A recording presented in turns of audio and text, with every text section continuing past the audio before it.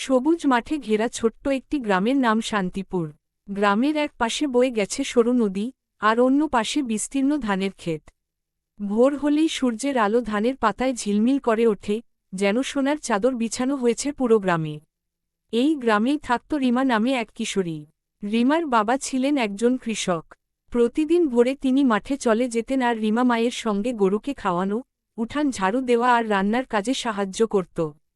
কাজের ফাঁকে রিমা স্কুলে যেত। সে পড়াশোনায় খুব ভালো ছিল এবং বড় হয়ে শিক্ষক হওয়ার স্বপ্ন দেখত। গ্রামের স্কুলটি ছিল ছোট্ট, টিনের ছাউনি দেওয়া। বর্ষাকালে বৃষ্টির শব্দে ক্লাস নেওয়া কঠিন হয়ে যেত, তবুও শিক্ষকরা মন দিয়ে পড়াতেন। রিমা প্রতিদিন প্রথম বেঞ্চে বসত আর মনোযোগ দিয়ে সব শুনত। তার প্রিয় বিষয় ছিল বাংলা। গল্প পড়তে আর লিখতে সে খুব ভালোবাসত। একদিন গ্রামের ওপর দিয়ে ভয়ঙ্কর ঝড় বয়ে গেল। ঝড়ে অনেক ঘরবাড়ি ক্ষতিগ্রস্ত হল। রিমাদের টিনের ছাউনিও উড়ে গেল আংশিকভাবে। স্কুলেরও বড় ক্ষতি হল। কয়েকদিন স্কুল বন্ধ থাকল। গ্রামের মানুষজন খুব দুশ্চিন্তায় পড়ল। রিমা দেখল, তার বাবা নিজের ঘর ঠিক করার আগে স্কুলের ছাউনি মেরামত করতে সাহায্য করছেন। সে অবাক হয়ে জিজ্ঞেস করল, বাবা, আগে তো আমাদের ঘর ঠিক করা দরকার। বাবা হেসে বললেন, আমাদের ঘর একদিন ঠিক হয়ে যাবে, কিন্তু স্কুল না থাকলে তোমাদের ভবিষ্যৎ অন্ধকার হয়ে যাবে। বাবার কথা রিমার মনে গভীরভাবে গেঁথে গেল। সেদিন সে বুঝল, শিক্ষা শুধু নিজের জন্য নয়, পুরো গ্রামের উন্নতির জন্য প্রয়োজন। কয়েকদিন পর সবাই মিলে চাঁদা তুলে স্কুল মেরামত করল। রিমাও তার সঞ্চিত কিছু টাকা দিল। আবার শুরু হলো পড়াশোনা। রিমা আরও মন দিয়ে পড়তে লাগল। বছর কেটে গেল। রিমা মাধ্যমিক পরীক্ষায় ভালো ফল করল। পুরো গ্রাম তার সাফল্যে গর্বিত হল। সে শহরে গিয়ে কলেজে ভর্তি হল। নতুন পরিবেশে প্রথমে একটু ভয় পেলেও গ্রামের স্মৃতি তাকে সাহস জোগাল। পড়াশোনা শেষ করে রিমা নিজের গ্রামেই ফিরে এল। সে ঠিক করল, শহরে চাকরি না করে গ্রামের স্কুলেই শিক্ষকতা করবে। গ্রামের মানুষ তাকে আনন্দের সঙ্গে স্বাগত জানাল। এখন সেই ছোট্ট টিনের ছাউনি দেওয়া স্কুলে পাকা দালান হয়েছে। রিমা সেখানে শিশুদের গল্প শোনায়, পড়ায়, আর তাদের বড় স্বপ্ন দেখতে শেখায়। সে সবসময় বলে, স্বপ্ন দেখো, কারণ স্বপ্নই মানুষকে এগিয়ে নিয়ে যায়। শান্তিপুর গ্রামের মানুষ এখন বুঝেছে, উন্নতি শুধু শহরে নয়, গ্রামেও সম্ভব। দরকার শুধু ইচ্ছাশক্তি আর একতা। সন্ধ্যায় নদীর ধারে দাঁড়িয়ে রিমা যখন সূর্যাস্ত দেখে, তার মনে হয় এই মাটির ঘ্রাণ, এই সবুজ মাঠ, এই মানুষগুলোই তার আসল শক্তি। সে হাসে আর মনে মনে ভাবে, আমার স্বপ্ন এই গ্রামেই পূর্ণ হয়েছে। এভাবেই শান্তিপুর গ্রাম ধীরে ধীরে বদলে গেল, আর সেই বদলের পেছনে ছিল এক কিশোরীর দৃঢ় মন আর গ্রামের মানুষের ভালোবাসা। পাহাড়ের ছায়া আর সবুজ গাছপালায় ঘেরা ছোট্ট একটি গ্রামের নাম ছিল সুবর্ণপুর। গ্রামের পাশ দিয়ে বয়ে যেত শান্ত একটি নদী। বর্ষাকালে নদী ফুলে উঠত, আর শীতকালে তার জল হতো স্বচ্ছ ও শান্ত। এই নদীকে ঘিরেই ছিল গ্রামের মানুষের জীবন। সুবর্ণপুরে থাকত রাহাত নামে এক কিশোর। তার বাবা ছিলেন জেলে। প্রতিদিন ভোরে তিনি নৌকা নিয়ে নদীতে মাছ ধরতে যেতেন। রাহাতও মাঝেমধ্যে বাবার সঙ্গে যেত। নদীর মাঝখানে দাঁড়িয়ে সে দূরের আকাশ আর জলের মিলনরেখা দেখত আর ভাবত, তার জীবনও একদিন অনেক বড় হবে। রাহাতের খুব ইচ্ছে ছিল পড়াশোনা করে বড় কিছু করার, কিন্তু পরিবারের অবস্থা ভালো ছিল না। অনেক সময় বই কেনার টাকাও জোগাড় হতো না। তবুও সে হাল ছাড়েনি। স্কুল থেকে ফিরে বাবাকে কাজে সাহায্য করত, তারপর রাতে কুপির আলোয় পড়াশোনা করত। গ্রামের স্কুলটি ছিল বেশ সাধারণ, কিন্তু শিক্ষক ছিলেন খুব যত্নশীল। তিনি রাহাতের আগ্রহ দেখে তাকে অতিরিক্ত সময় দিতেন। একদিন শিক্ষক বললেন, তুমি যদি মন দিয়ে চেষ্টা করো, তাহলে অনেক দূর যেতে পারবে। এই কথাটা রাহাতের মনে সাহস জাগাল। সে আরও মন দিয়ে পড়তে শুরু করল। গ্রামের অনেকেই বলতো, এত কষ্ট করে কি হবে, শেষমেশ তো বাবার কাজই করতে হবে। কিন্তু রাহাত নিজের স্বপ্ন আঁকড়ে ধরল। এক বছর বর্ষায় নদীতে ভয়াবহ বন্যা হল। অনেক ঘরবাড়ি ডুবে গেল। রাহাতদের বাড়িও ক্ষতিগ্রস্ত হল। সেই সময় রাহাত দেখল, গ্রামের মানুষ একে অন্যকে সাহায্য করছে। কেউ খাবার দিচ্ছে, কেউ আশ্রয় দিচ্ছে। এই একতার দৃশ্য তাকে গভীরভাবে নাড়া দিল। বন্যার পর রাহাত ঠিক করল, সে এমন কিছু শিখবে যাতে ভবিষ্যতে গ্রামের মানুষকে সাহায্য করতে পারে। সে বিজ্ঞান বিষয়ে বেশি মনোযোগ দিল। মাধ্যমিক পরীক্ষায় ভালো ফল করল। এরপর সরকারি বৃত্তি পেয়ে শহরে পড়তে যাওয়ার সুযোগ পেল। শহরের জীবন ছিল সম্পূর্ণ আলাদা। উঁচু দালান, ব্যস্ত রাস্তা, অচেনা মানুষ। প্রথমে তার খুব একা লাগত, কিন্তু গ্রামের নদীর কথা মনে পড়লেই সে সাহস পেত। সে ভাবত, আমি এখানে শুধু নিজের জন্য না, আমার গ্রামের জন্য পড়ছি। বছর কয়েক পর রাহাত প্রকৌশলী হয়ে গ্রামে ফিরে এল।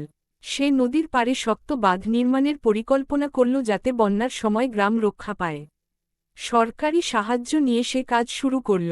গ্রামের মানুষ অবাক হয়ে দেখল, ছোট্ট সেই রাহাত আজ তাদের জন্য বড় কাজ করছে। কয়েক বছরের মধ্যে সুবর্ণপুরে আর বড় বন্যার ক্ষতি হল না।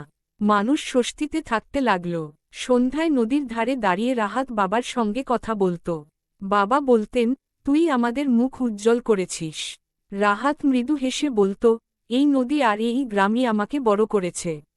সুবর্ণপুর আজও একটি ছোট গ্রাম, কিন্তু সেখানে মানুষের মনে বড় স্বপ্ন আছে। তারা জানে, মাটি আর নদীর সঙ্গে থেকেও আকাশ ছোঁয়া যায়। এইভাবেই একটি গ্রামের কিশোর নিজের অধ্যবসায় আর ভালোবাসা দিয়ে শুধু নিজের নয়, পুরো গ্রামের ভবিষ্যৎ বদলে দিল। সবুজ মাঠ আর কাঁচা রাস্তা ঘেরা ছোট্ট একটি গ্রামের নাম ছিল কদমতলী। গ্রামের মাঝখানে দাঁড়িয়ে ছিল একটি পুরনো তালগাছ।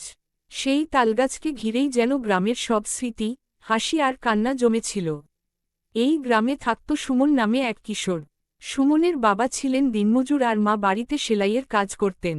সংসার চলত খুব কষ্টে, কিন্তু তাদের মুখে কখনো অভিযোগ ছিল না। সুমন ছোটবেলা থেকেই পরিশ্রমী আর শান্ত স্বভাবের ছিল। প্রতিদিন সকালে সুমন মাকে কাজে সাহায্য করে স্কুলে যেত। স্কুল থেকে ফিরে সে তালগাছের নিচে বসে পড়াশোনা করত।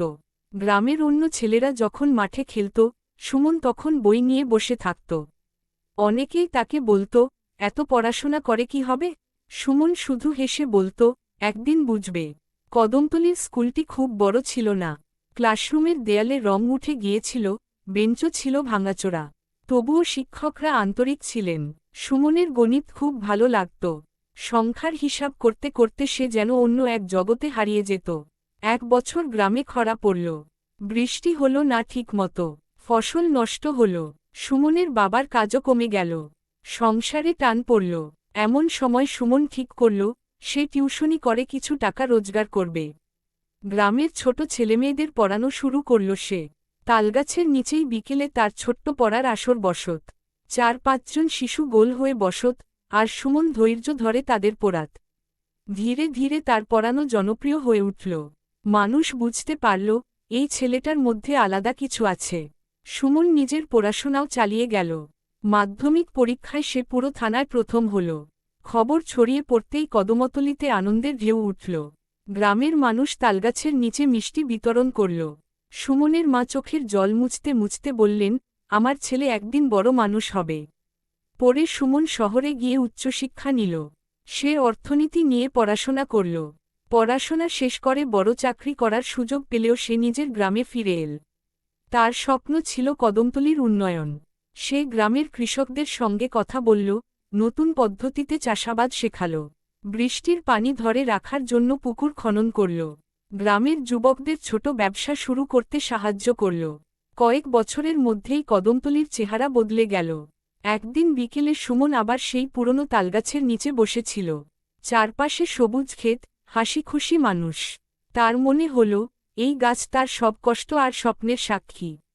গ্রামের এক বৃদ্ধ এগিয়ে এসে বললেন, তুই শুধু নিজের জীবন না, পুরো গ্রামের ভাগ্য বদলে দিয়েছিস। সুমন মৃদু হেসে বলল, আমি কিছুই একা করিনি। এই মাটি, এই মানুষ আর এই তালগাছ আমাকে শক্তি দিয়েছে। কদমতলী আজও একটি সাধারণ গ্রাম, কিন্তু সেখানে এখন নতুন আশা জন্মেছে।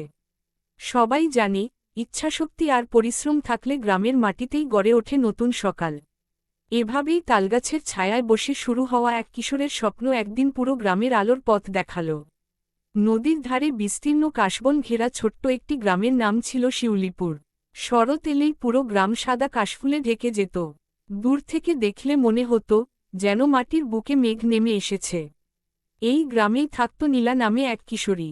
নীলার বাবা ছিলেন কৃষক, মা গৃহিণী। সংসার ছিল সাধারণ, কিন্তু ভালোবাসায় ভরা। নীলা ছোটবেলা থেকেই খুব কৌতূহলী ছিল। আকাশের তারা দেখে সে প্রশ্ন করত, নদীর ঢেউ দেখে ভাবত, আর কাশফুলের দোলায় স্বপ্ন দেখত। নীলার সবচেয়ে প্রিয় জায়গা ছিল নদীর ধারের কাশবন। স্কুল শেষে সে সেখানে গিয়ে বসত, বই খুলে পড়ত, আবার কখনো চুপচাপ আকাশের দিকে তাকিয়ে থাকত।